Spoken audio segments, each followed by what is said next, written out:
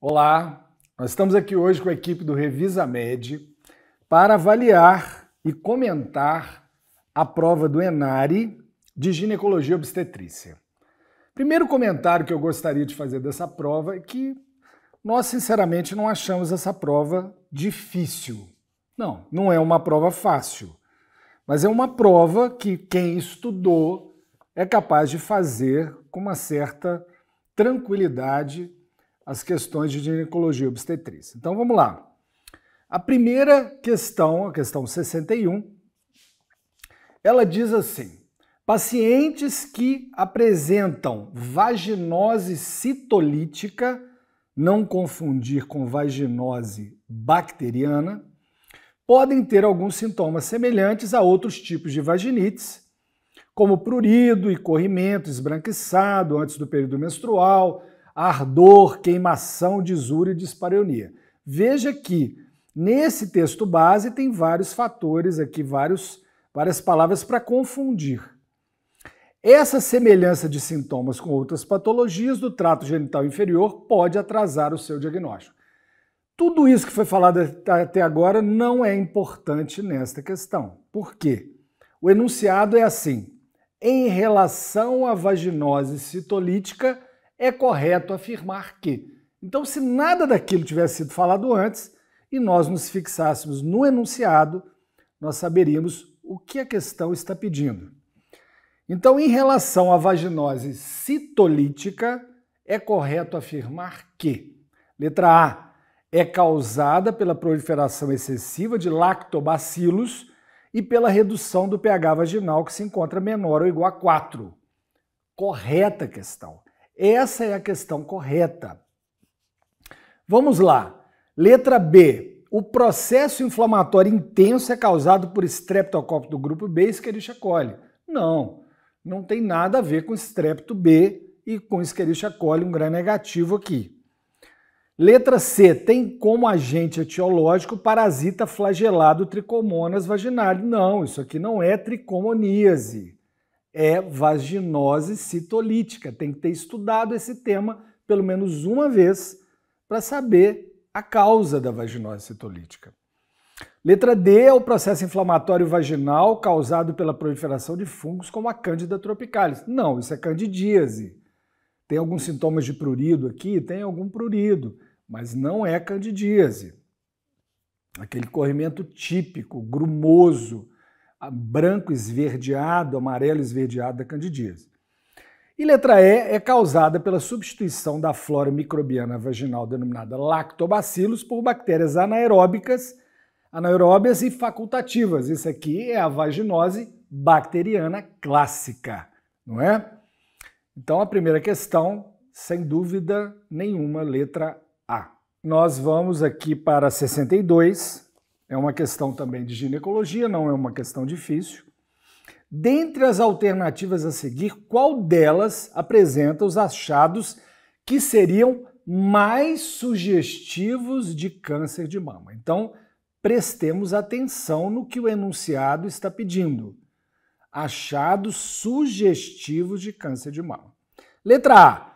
Cisto único no quadrante inferior interno da mama esquerda. Cisto único é achado sugestivo de câncer de mama? Não é. Cistos múltiplos em ambas as mamas? Não.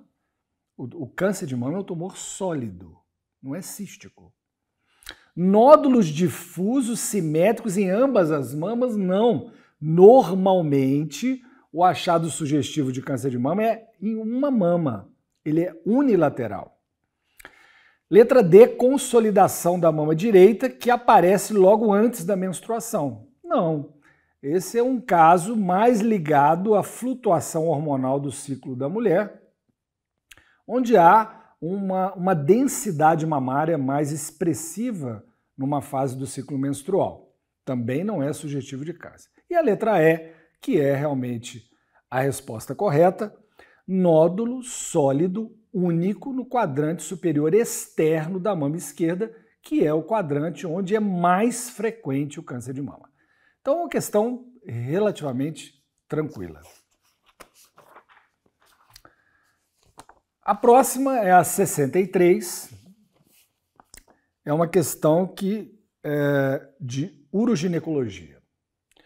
Uma mulher de 53 anos vem ao ambulatório de uroginecologia referindo perda urinária. Então, um certo grau de incontinência urinária. Possui história de 5 partos vaginais, quer dizer, tá aí, provavelmente, né?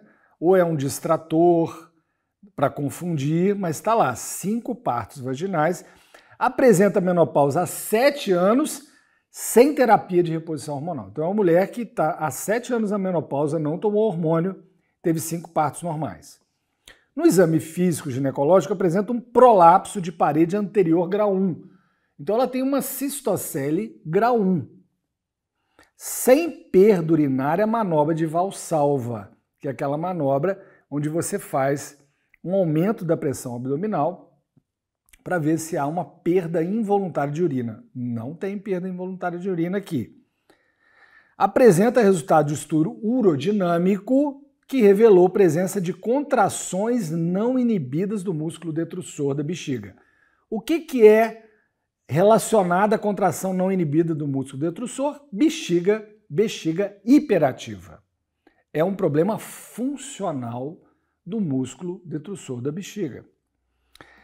E o enunciado? Nesse caso, a abordagem terapêutica inicial é: letra A, correção cirúrgica do prolapso de útero e da parede vaginal anterior por via vaginal. Não. O tratamento da bexiga hiperativa ou das contrações não inibidas do músculo detrusor não é cirúrgico.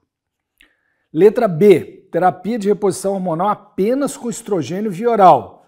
Não, neste caso, o tratamento das contrações não inibidas não é reposição hormonal, muito menos apenas com estrogênio via oral, porque aqui não está dizendo que essa mulher foi esterectomizada. E mesmo que fosse, o tratamento não é hormonal de forma direta, o tratamento inicial. Pode compor um tratamento, mas não é o tratamento inicial. Letra C, colposacrofixação, que é uma fixação da cúpula vaginal em paciente esterectomizada que teve prolapso de cúpula. Não tem nada a ver com contrações não inibidas no músculo detrusor. Letra D, tratamento comportamental, quer dizer, biofeedback, que é assim um tratamento de consciência corporal para tentar controlar, tendo consciência do corpo, é um treinamento para se ter um controle maior desse músculo que promove algumas contrações não inibidas, de forma que faz parte do tratamento da bexiga hiperativa, podendo ou não associar a anticolinéticos. Mais comum, mais usado é a oxibutinina e tem muitos outros também. Então a letra correta é a letra D. E a letra E diz assim, correção da parede vaginal anterior com tela via vaginal. Não tem nenhuma indicação cirúrgica aqui por um prolapso de parede anterior grau 1, não tem indicação cirúrgica e não tem nada a ver essa correção cirúrgica com a contração não inibida do músculo detrusor. Então, correto, letra D, sem nenhuma dúvida. A questão também não é difícil essa. Essa foi uma questão relativamente fácil. Vamos agora para a 64. É uma questão que trata de sangramento uterino anormal, tema muito frequente também na residência médica. Vamos lá. Uma paciente de 55 anos com antecedente de menopausa aos 50, ela tem 5 anos então, que ela está na menopausa, refere que nunca usou terapia hormonal. Então ela está num estado de hipoestrogenismo e faz tratamento de hipertensão e diabetes. Então ela não faz reposição hormonal, ela é hipertensa e diabética. Só aí a gente já começa a ficar ligado num grupo de risco de patologia do corpo uterino. Relata que há cerca de 1 mês apresentou sangramento vaginal em 2 momentos diferentes. Então é normal uma mulher na pós-menopausa com 5 anos de menopausa sangrar? Não, não é normal.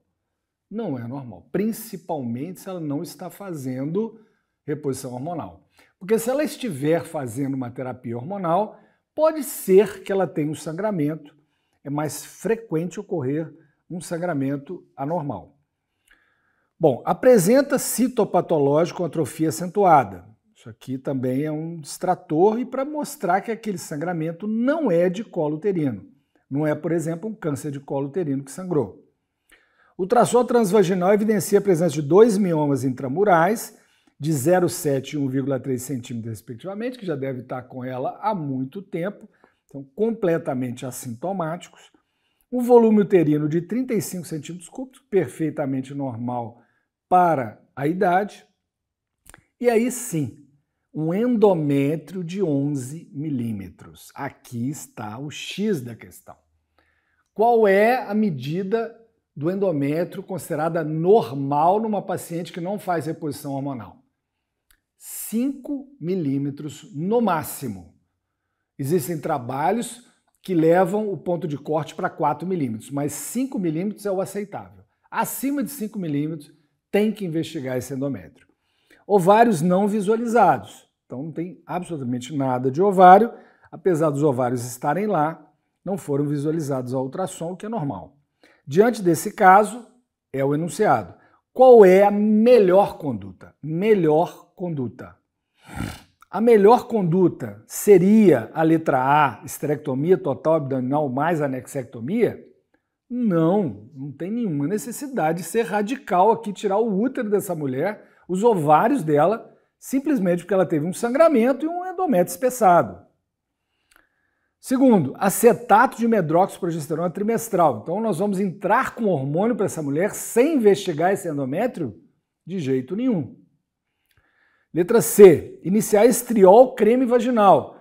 Também não tem absolutamente nenhum cabimento isso, porque o estriol seria para atrofia genital e aqui nós estamos preocupados com o sangramento que ela teve.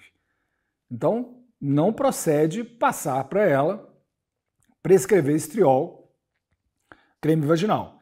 Letra D, esteroscopia diagnóstica. É a questão correta. A letra correta, letra D. Por quê? Investigação endometrial.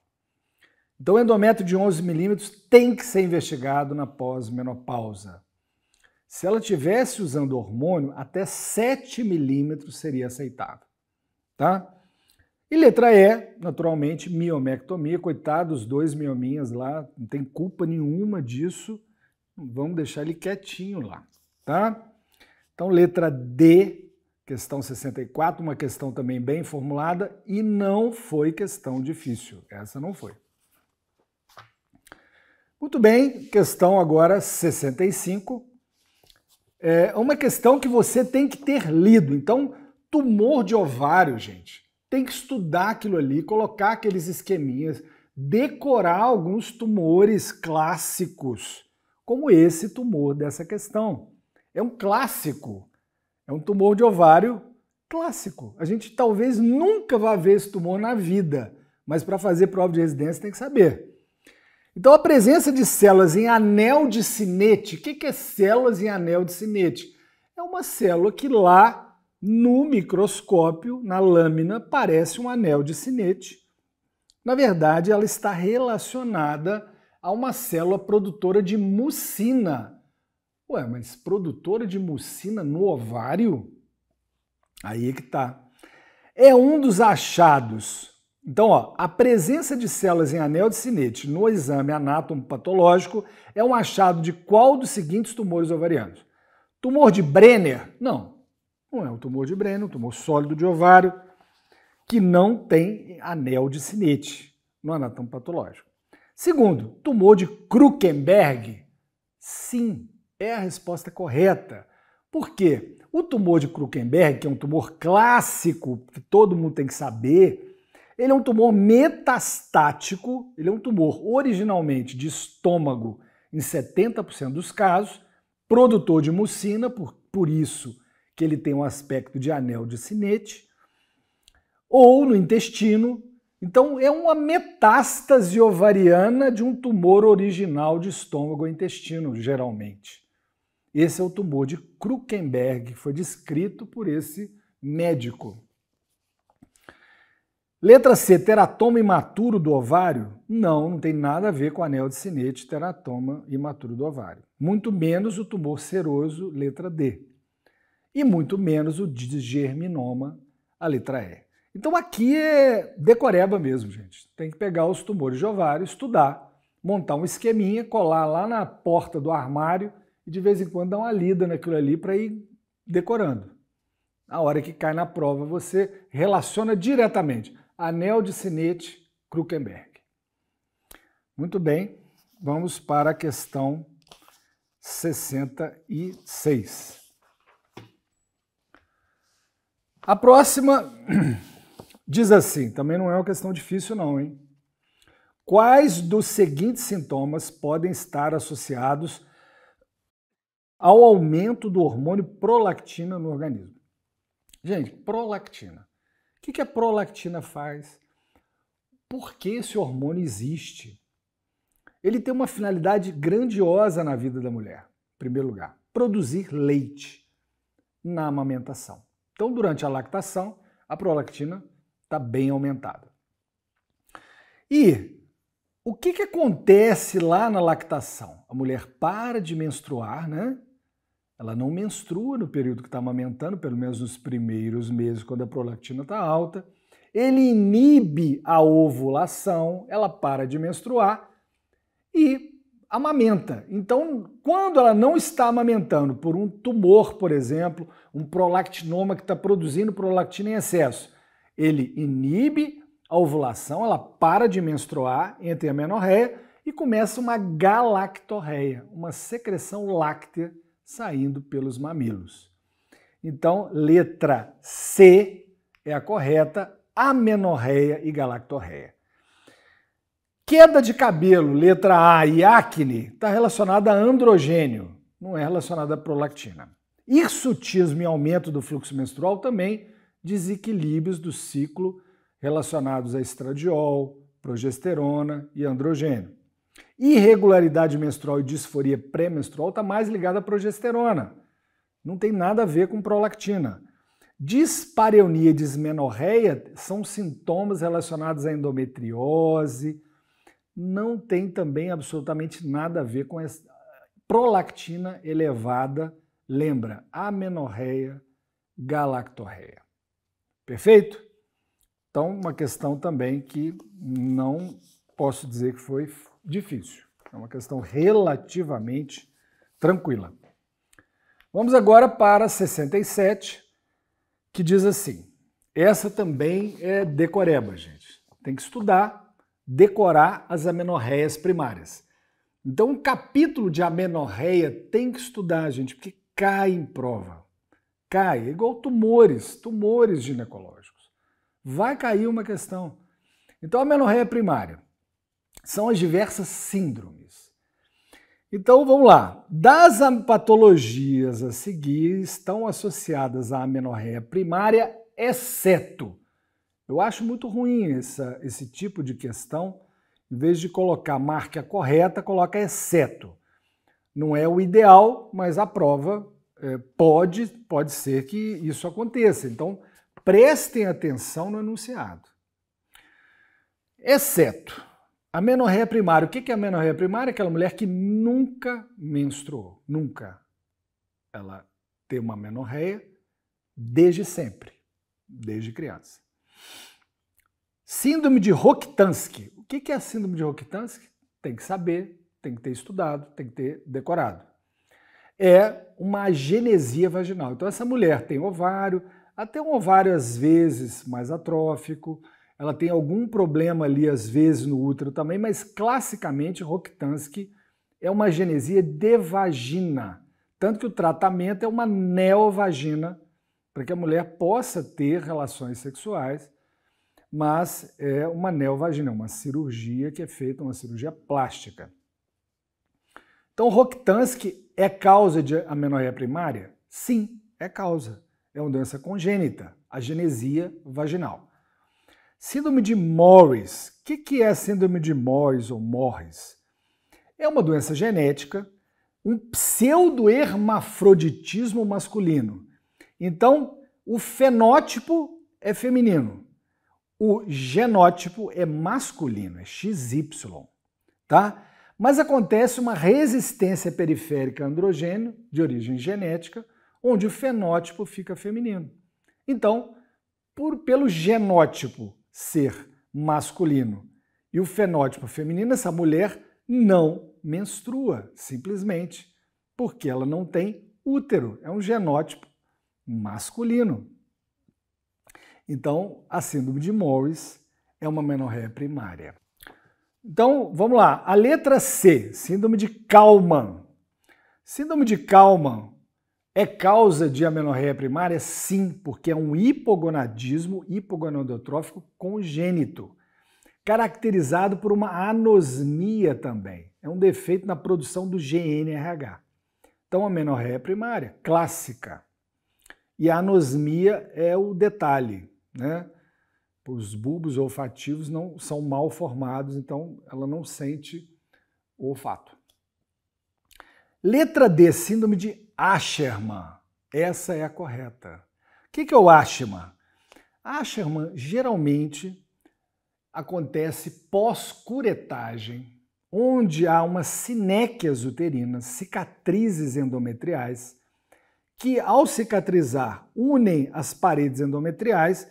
Essa mulher entra em amenorreia, mas é uma amenorreia secundária, porque ela já menstruou muitas vezes na vida e de repente parou de menstruar. Então, esta é a questão correta. Aliás, a questão correta que não é a amenorreia primária, né? Nós estamos aqui vendo as exceções. Então, Rokitansky é a amenorreia primária, Morris é a amenorreia primária, síndrome de Kallmann também e ímen perfurado também, letra E.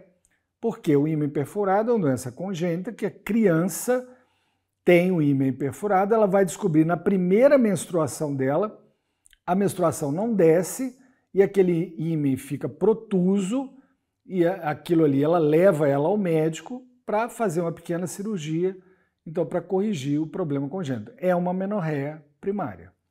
Perfeito? Também não é difícil, desde que tenha se lido pelo menos uma vez as amenorreias, né? Então agora vamos para a questão 68. É uma questão interessante sobre transmissão vertical do HIV, tá? Uma gestante de 18 anos, gesta 1, quer dizer, primigesta, que não realizou pré-natal, isso aqui é muito importante, é uma paciente que não teve assistência pré-natal nenhuma. Com aproximadamente 38 semanas, quer dizer, uma gestação a termo, calculada pela data da última menstruação, porque ela não fez pré-natal, não fez ultrassom, então ela só tem essa informação ali. Chega à maternidade em trabalho de parto. Quando fala assim, chegou em trabalho de parto, já está subentendido. O que é trabalho de parto? 2 a 3 contrações, de 40 segundos pelo menos, em 10 minutos, com dilatação e apagamento do colo. Então aqui, no caso, tem 3 contrações em 10 minutos e toque com o colo esvaecido, quer dizer, apagado, com 6 centímetros de dilatação.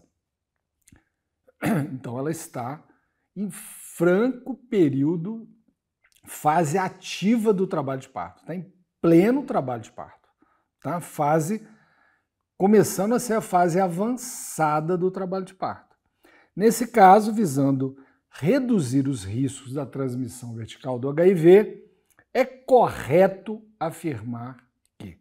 Então vamos prestar bastante atenção no enunciado. Aqui nós estamos vendo o que é correto. Letra A. Deve ser realizado o teste rápido de HIV, tá certo?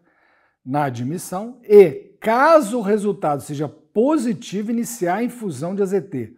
Não está indicado fazer infusão de AZT numa paciente que já está próximo do parto, né? Já está assim, trabalho de parto avançado. O AZT, para ele ter efeito, ele precisa de pelo menos 3 horas de infusão venosa. 3 horas esse neném já nasceu.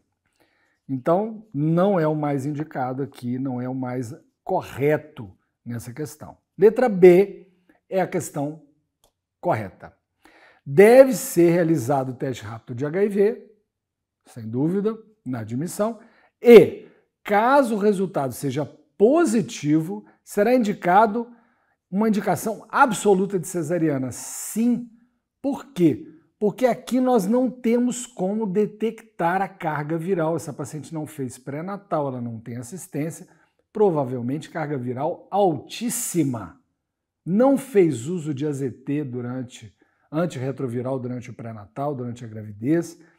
Então esta é uma indicação absoluta de cesariana, imediata, porque essa paciente já está com 6 centímetros. Até chamar o anestesista, avisar o pediatra, arrumar, levar a paciente, ela já está com 7. Daqui a pouco está com 8. Então temos que agilizar essa cesariana, que está muito bem indicada, tá? Indicação absoluta.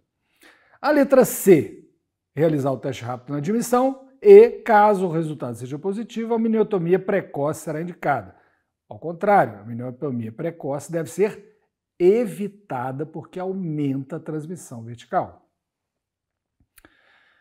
Letra D, deve ser realizado o teste rápido de HIV na admissão, como todos, e, caso o resultado seja positivo, o parto instrumentalizado, quer dizer, a fórceps ou vacoextrator, e episiotomia estão indicados para acelerar o nascimento. Então, contraindicados porque aumentam a transmissão vertical por causa do trauma, né? O contato do sangue materno com o sangue fetal.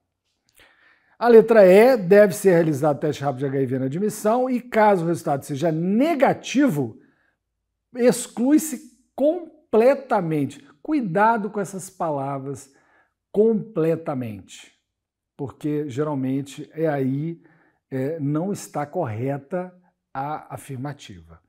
Então, exclui-se completamente a possibilidade dessa paciente possuir o vírus do HIV? Não exclui. Por quê? Porque o vírus tem uma janela imunológica de mais ou menos 30 dias. Então, ela pode dar negativo e estar contaminada com o vírus. Tá? Uma questão bem feita, né? Uma questão de média complexidade, mas também não poderia dizer que foi uma questão difícil. Ok? Vamos agora para a 69. Em relação à síndrome HELP, que é uma complicação da pré-eclâmpsia grave, com comprometimento hepático mais evidente, assinale a alternativa incorreta. Então, aqui nós vamos ver a incorreta. Plaquetas abaixo de 50 mil são contraindicação à anestesia raquidiana. Letra A, está correto? Sim, está correto. É contraindicado quando a plaqueta está abaixo de 50 mil. Letra B, a cesárea é a via de parto de melhor escolha na síndrome HELP. Não é a melhor escolha. A melhor escolha é a via vaginal, se for possível. Se for possível. Ela é a melhor via. Por quê? Porque a síndrome HELP está associada a coagulopatias, a sangramento exacerbado, né? E isso, na cesariana, o sangramento é muito maior. A possibilidade de uma complicação por coagulopatia de consumo é maior. Então, se puder ser parto vaginal, é muito melhor. Essa é a questão, então, correta. Letra C. Pode ocorrer síndrome HELP sem elevação dos níveis pressóricos. Por incrível que pareça, sim. Pode ter síndrome HELP com pressão normal. Tá? Isso é uma pegadinha. O sulfato de magnésio para estabilização, neuroproteção materna é indicado quando se apresenta esse diagnóstico. Sim, a síndrome HELP já predispõe ao barotrauma o desencadear das convulsões. Então a eclâmpsia pode também estar associada à síndrome HELP, por isso faz-se a profilaxia com o sulfato de magnésio na síndrome HELP. A letra E, pacientes com passado obstétrico de síndrome HELP devem ser alertadas quanto ao maior risco de apresentar o mesmo quadro em gestação futura. Sim, com certeza é uma opção e uma necessidade de informar e alertar essas pacientes. Está correta. Então, a incorreta é a letra B.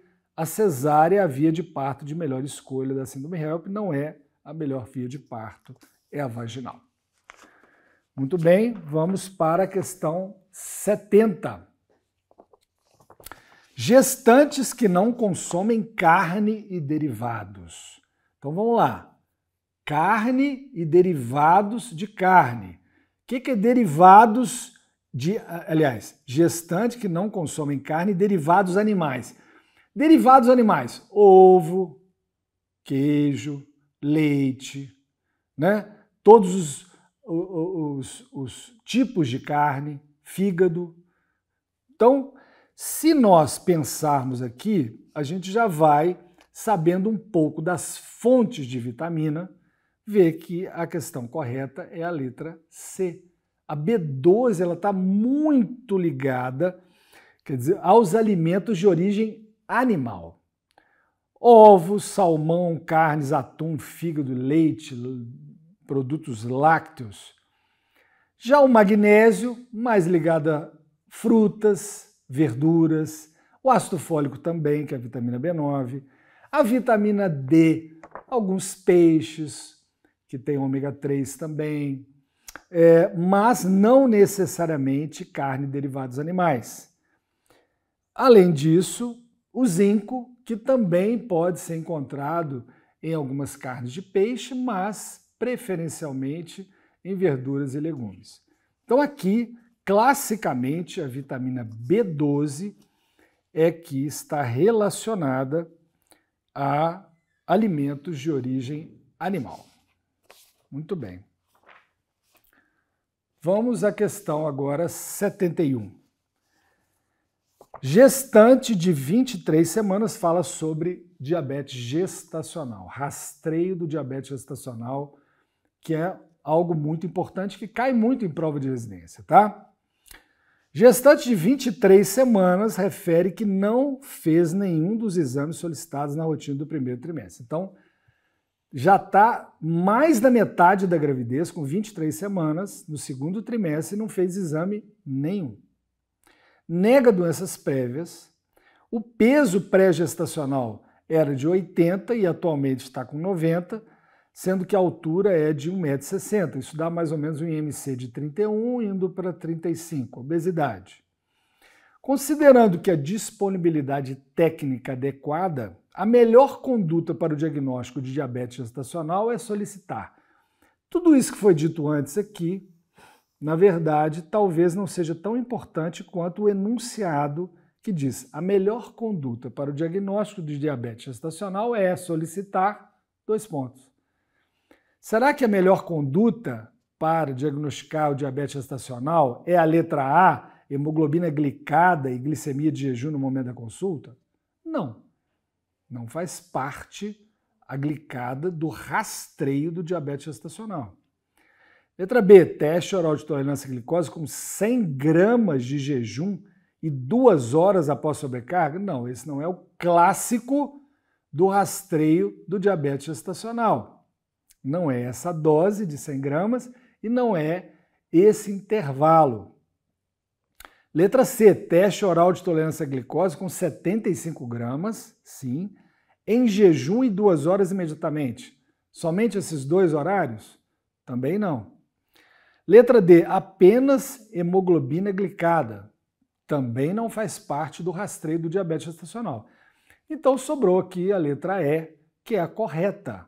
TOTG, 75 gramas, jejum 1 hora e 2 horas, após sobrecarga entre 24 e 28 semanas. Então ela está com 23, ela vai fazer na semana seguinte.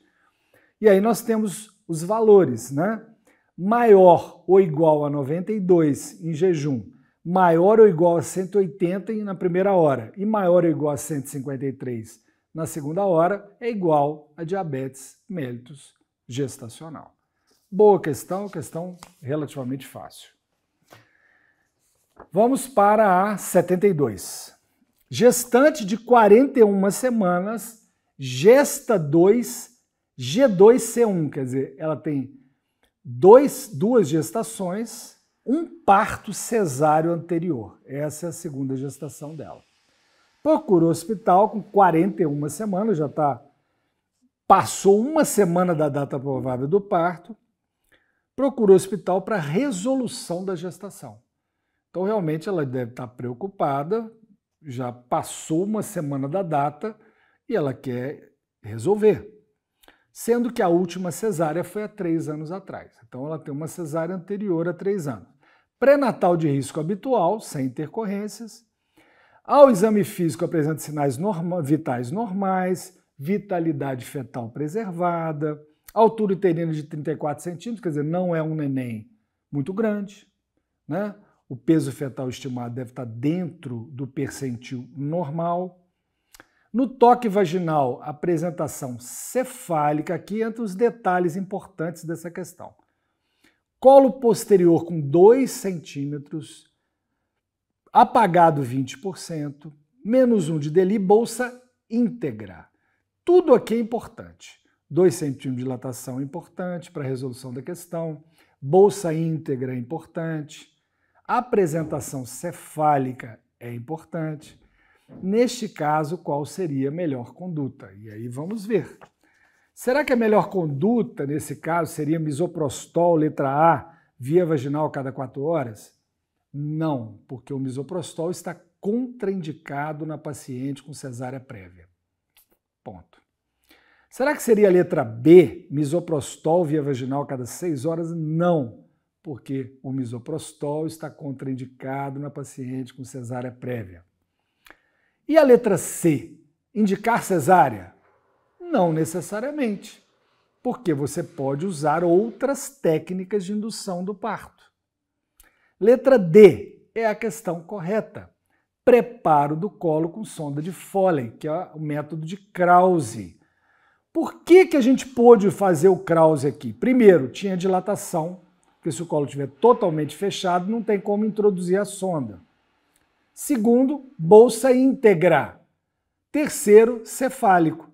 Então é a condição perfeita para você passar a sonda de Foley, introduzir mais ou menos uns 5 centímetros ou 4 centímetros ali para dentro, insuflar 30 ml de água e deixá-la então presa, suspensa com um peso, para que aquele peso vá então fazendo o colo apagar e dilatar.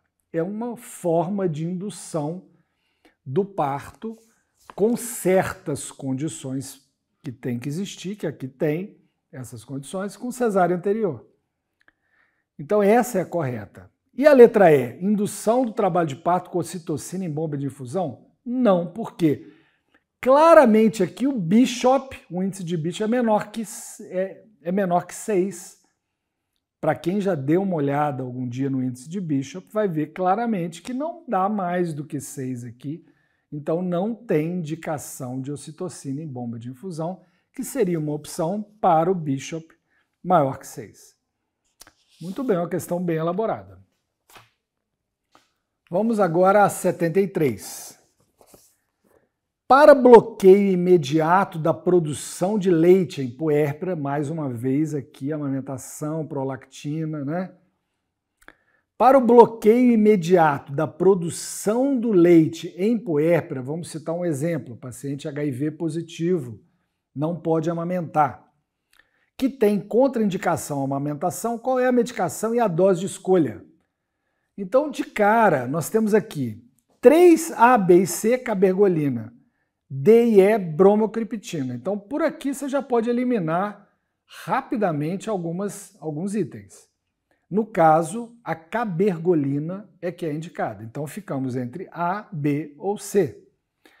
A cabergolina para inibição da lactação, quer dizer, bloqueio imediato para aquela mulher não amamentar, não produzir leite, é uma coisa.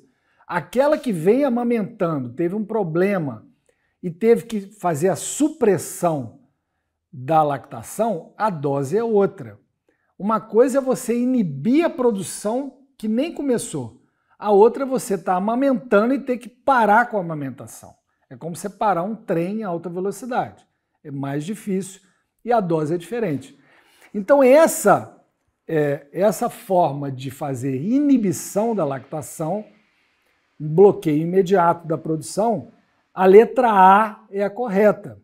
É a cabergolina 5 mg, 2 comprimidos em dose única. É uma dose mais alta e você já dá uma dose única para ela para suprimir a produção. Então ela vai inibir completamente, não vai começar a produzir o leite. Já a cabergolina 0,25 de 12 em 12 por 4 dias seria algo que não é para inibir a produção. Talvez um esquema para uma suspensão de uma lactação que já estava ocorrendo. E a cabergolina 0,25, 2 comprimidos uma vez ao dia por 3 dias, é um outro esquema também que com certeza não é um esquema de dose única para inibição. Inibição é dose única, ok? Boa questão. Questão 74, gestante de 22 semanas comparece ao consultório referindo disúria, polaciúria há 3 dias. Então, gestante com polaciúria é comum. Compressão da bexiga, vai fazer xixi toda hora, urinar toda hora. Mas disúria não, dor para urinar não. Então, disúria, polaciúria já liga a antena infecção do trato urinário, muito importante. Trouxe exame de urocultura realizado há 3 dias que evidenciou Escherichia coli. Então não é uma bacteriúria assintomática, é infecção urinária baixa, provavelmente. O antibiograma mostrou que a bactéria em questão era sensível aos seguintes fármacos: nitrofurantoína, que pode ser usado categoria B na gravidez, ampicilina, categoria B na gravidez, e ciprofloxacino, categoria C. Deve ser evitado, a não ser que não tenha outra opção. E norfloxacino, também categoria C, deve ser evitado, a não ser que não tenha outra opção. Então ficamos entre nitrofurantoína e ampicilina. Refere que já é o 3º quadro de infecção no trato urinário na gestação. Aí ela já deu a dica.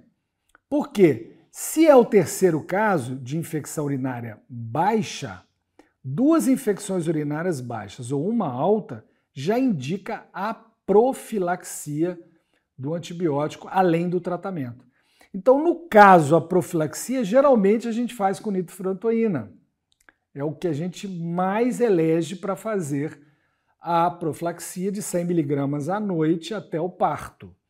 E no caso, então, a letra A, ciprofloxacino de 500 de 12 por 7 dias? Não, não é a melhor opção. Norfloxacino 400 uma vez ao dia por 3 dias? Também não. Nós temos ampicilina e nitrofurantoína, que é categoria B. Nitrofurantoína 100 mg de 6 horas por 5 dias? Seria se não tivesse tido já o 3º quadro de infecção. E 5 dias é muito pouco, pelo menos 7 dias. Ampicilina 500 mg de 6 em 6 horas por 7 dias, seguido de nitrofurantoína profilática uma vez ao dia?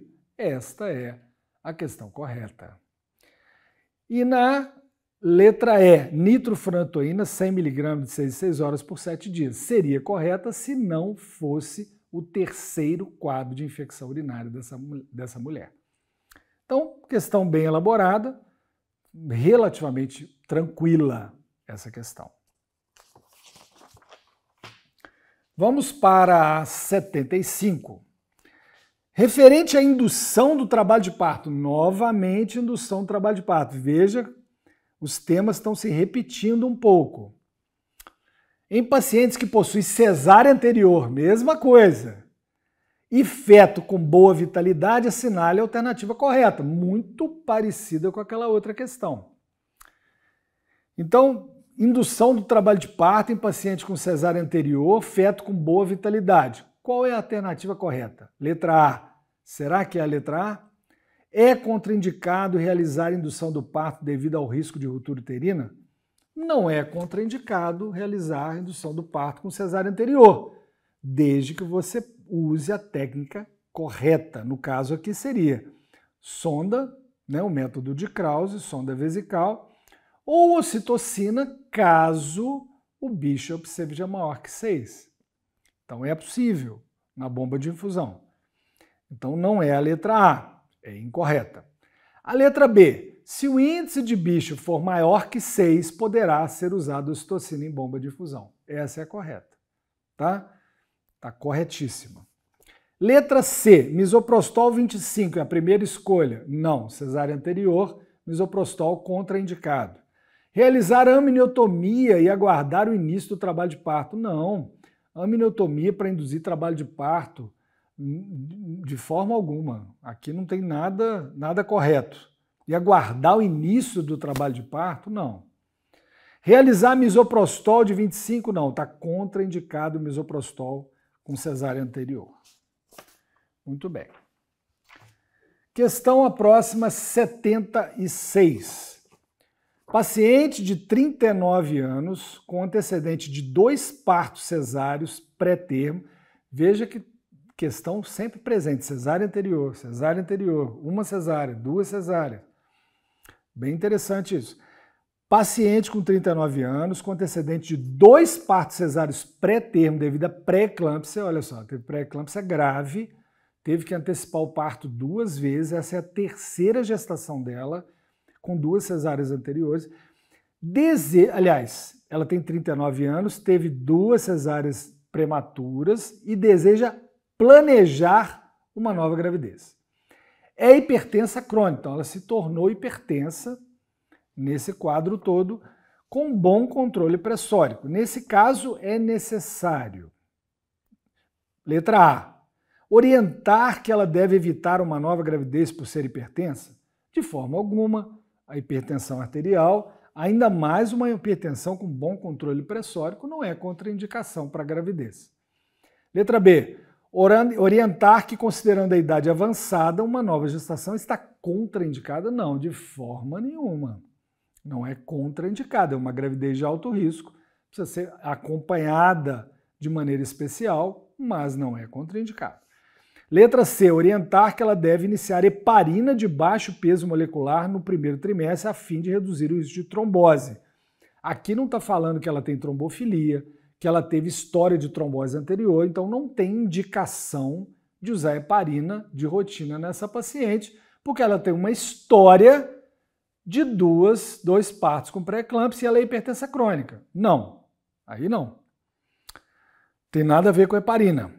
Letra D, orientar que existe risco de pré-eclâmpsia na futura gestação, isso é verdade, e que, caso engravide, ela tem recomendação de profilaxia de pré-eclâmpsia. Sim, profilaxia com AS 100 mg, ácido acetil salicílico, a partir de 12 semanas, preferencialmente até 28, para profilaxia, uma das poucas indicações de profilaxia de pré-eclâmpsia, que está muito bem indicada nesse caso. E a letra, então essa é a correta, letra D. A letra E, prescrever ácido acetil salicílico e heparina de baixo peso molecular no início da futura gestação. Não. Heparina que não está indicada, muito menos no início. O AS aqui a partir de 12 semanas. Ok? Então, letra D, indiscutivelmente aqui, sem dúvida. Questão 77, já estamos caminhando para o final, né? Temos uma questão anulada também que a gente vai falar. Mulher de 24 anos refere atraso menstrual a 8 semanas. Então, supostamente uma gravidez de 8 semanas. Nos últimos dias vem apresentando sangramento intermitente. Ao exame ginecológico apresenta pequena quantidade de sangue coletada na região de fundo de saco vaginal. Então você já pensa logo, será que é um abortamento? O que pode estar acontecendo? A ausência de sangramento ativo e colo uterino fechado. Dosagem de beta-HCG evidenciou 40.000 unidades. Então, com certeza, está grávida e nível de beta-HCG elevado para 8 semanas de atraso menstrual. O ultrassom demonstrou múltiplas vesículas. O que é isso, gente? Mola e datiforme. E o laudo veio como gestação molar completa. Nesse caso, é necessário. No caso de gestação molar. Primeiro, letra A. Repetir a ultrassonografia transvaginal e reavaliar a dosagem de beta em 7 dias? Não, tem que resolver a questão. Não tem que acompanhar nada. É uma resolução que tem que ser tomada cirúrgica. Letra B. Realizar raio-x de tórax e acompanhar com dosagem seriada de beta-hactogenina? Não. Isso é dosagem e acompanhamento pós-molar. Depois que você faz o esvaziamento da cavidade uterina, é que você tem que acompanhar, fazer raio-x de tórax, fazer uma dosagem seriada e não neste momento. Letra C. Administrar misoprostol vaginal e seguir com relação da curetagem uterina. Curetagem uterina não é o método ideal para mole datiforme. Há um risco muito grande de perfuração e torna o procedimento muito arriscado, muito difícil de ser realizado e de ser bem concluído. Então aqui não está indicada curetagem uterina, e sim aspiração intrauterina, que é a letra D, que é correta. Realizar aspiração intrauterina e acompanhar com dosagem seriada de beta-HCG. Essa é a questão correta. Aspiração, AMIU, né? AMIU, aspiração manual intrauterina. Letra E, realizar dilatação do colo com velas de Egar ou de Egar e curetagem uterina? Não, você vai correr um risco de perfuração uterina muito grande dilatando com vela de Egar e fazendo curetagem uterina. Muito bem. Questão letra D, bem claro. A questão 78 foi anulada, viu, gente? Então não adianta a gente perder tempo aqui, porque a questão foi anulada. Questão 79 trata também de bexiga hiperativa. Então caiu duas questões de indução do parto, duas questões de bexiga hiperativa, olha, de uroginecologia. O pessoal gosta de uroginecologia, um assunto não é muito gostoso de estudar, mas tem que estudar, porque cai muito, é impressionante. A bexiga hiperativa é uma das causas de perda urinária na mulher e está relacionada à hiperatividade do músculo detrusor. Ponto, é uma afirmação. Sobre esse assunto é correto afirmar que. Então o assunto é hiperatividade do músculo detrusor ou bexiga hiperativa.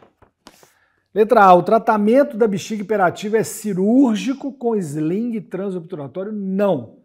Essencialmente o tratamento é clínico.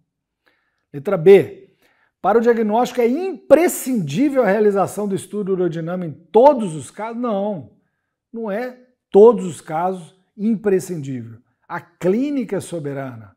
Você pode fazer uma prova terapêutica nessa paciente sem precisar de estudo urodinâmico. Vai ver, você está num lugar no interior, você não vai nem fazer uma prova terapêutica, a suspeita clínica é essa, né? Letra C.